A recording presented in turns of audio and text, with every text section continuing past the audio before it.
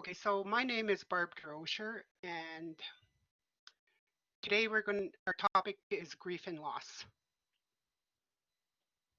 So I'm going to share some slides here in just a minute.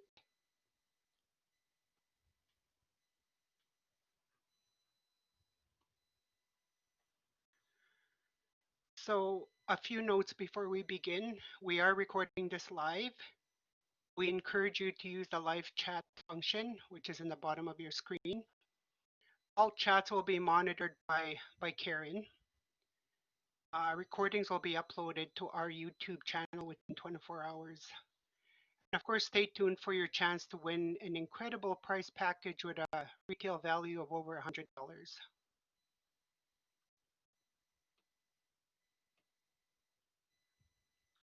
So, like I said, this is about grief and loss. I put today's date there, and my name is Barb Droscher, and I'm an education counselor at Northern Lakes College in Slave Lake.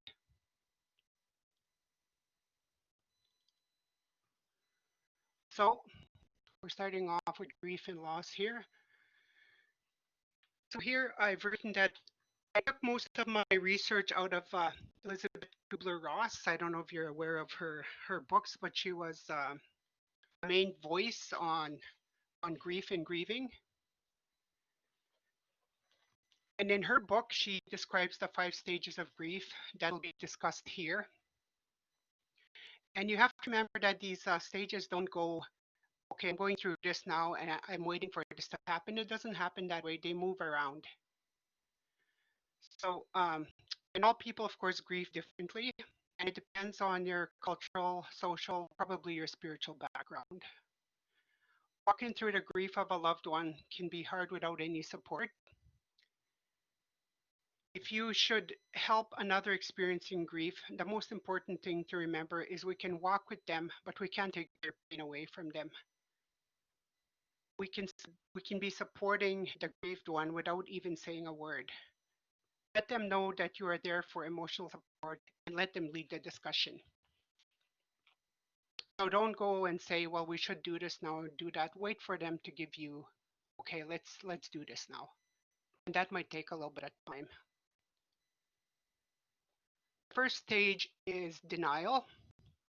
This is where you first hear about the death or your loss.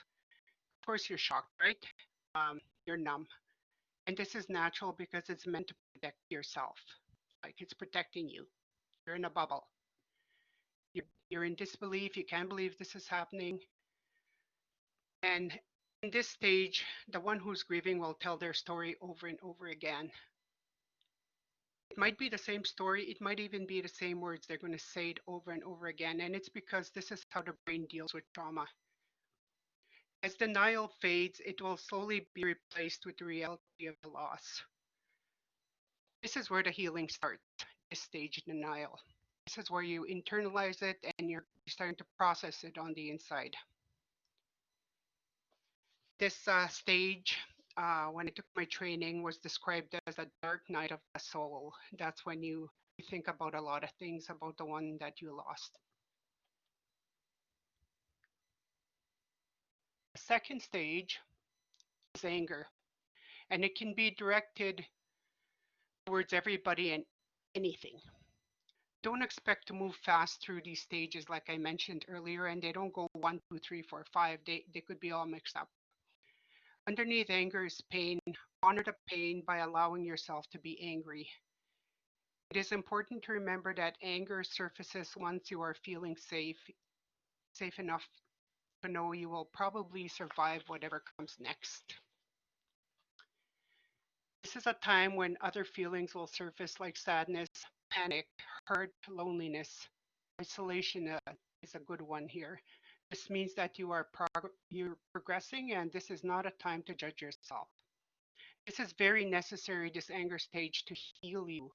The more you truly feel it, the more it'll begin to dissipate, and the more you heal.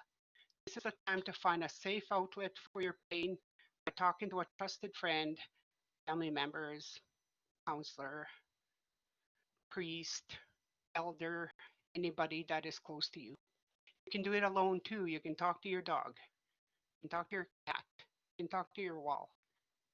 It doesn't matter how you do it, just get the anger out.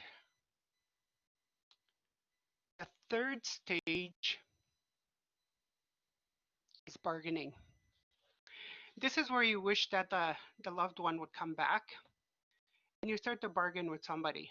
And some people call it God, Creator, Great Spirit, whatever they call it. We try and bargain for them to spare a loved one, especially if they're dying. Some people try and spare their loved one, or others will say, "Well, I wish the end would come." But you'll question many things at this stage.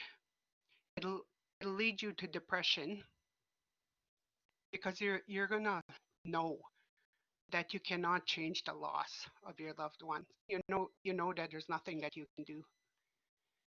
Bargaining allows us to believe that we can restore order to the chaos that has taken over.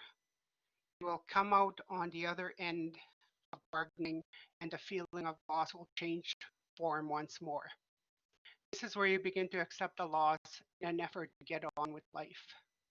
And that this is bargaining stage 3. The fourth stage is depression. Now, this is a different kind of depression. This is not, could lead to clinical depression, I suppose, but it's not clinical depression right now. That's where you feel empty. The person that you love is gone. When you go deeper into yourself, deeper than you ever imagined, you're you're trying to find something. You're trying to find an answer. You're doing some soul searching. In this stage, it feels like it's going to last forever. But you have to remember that depression is a normal state and it's an appropriate response to your loss. Some people can be uncomfortable around people rushing and is often referred to a doctor so they can be treated for antidepressants. And some people might take antidepressants, other people choose not to. They want to feel everything. Depression is nature's way of protecting us by shutting down the nervous system. It takes us to a deep part of our soul that we would not normally explore. When you allow yourself to experience depression, it leaves as soon as it has served its purpose in your loss. You have to remember this depression stage is going to leave. It might take some time, but it will. Now, number 5, the last stage, this is acceptance. And this could take people a long time because they have lost somebody that they love. It doesn't happen overnight. So, this is the final stage, and you're accepting that your loved one is literally gone, and you're accepting the reality. You're readjusting your thinking, and you're learning to live with the memories. It can take people a long time to accept the loss, to continue living, and this can depend on how close you were to the deceased. Some people feel like they are betraying their loved one if they connect a loss. And you're not really betraying your loved one when you accept that loss.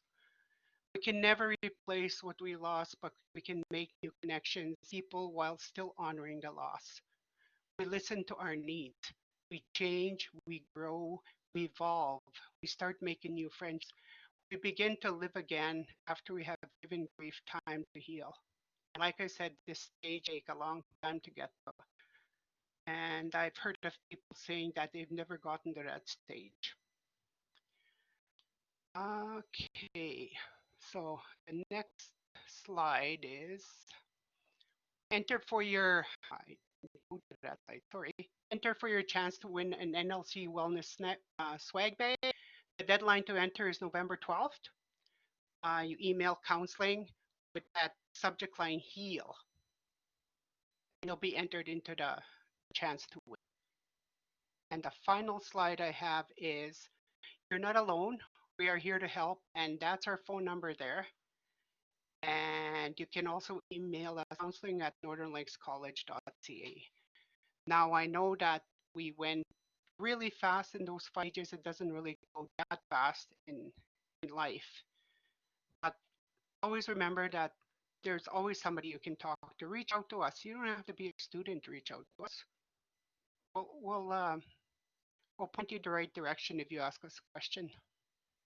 Now, if there's any questions, I'll give you a few minutes to ask me questions.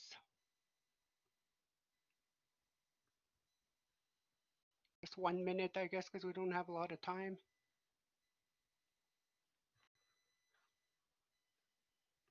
Karen, you have anything to add to grief or loss? No, that was a good summary. I like that. It's Yeah, that was real quick. but I like that it's on. It's going to be it's taped so then people can check it out. So Valerie's Yeah. left our session, so it's just you and me, kid. Okay, I'm gonna stop the recording.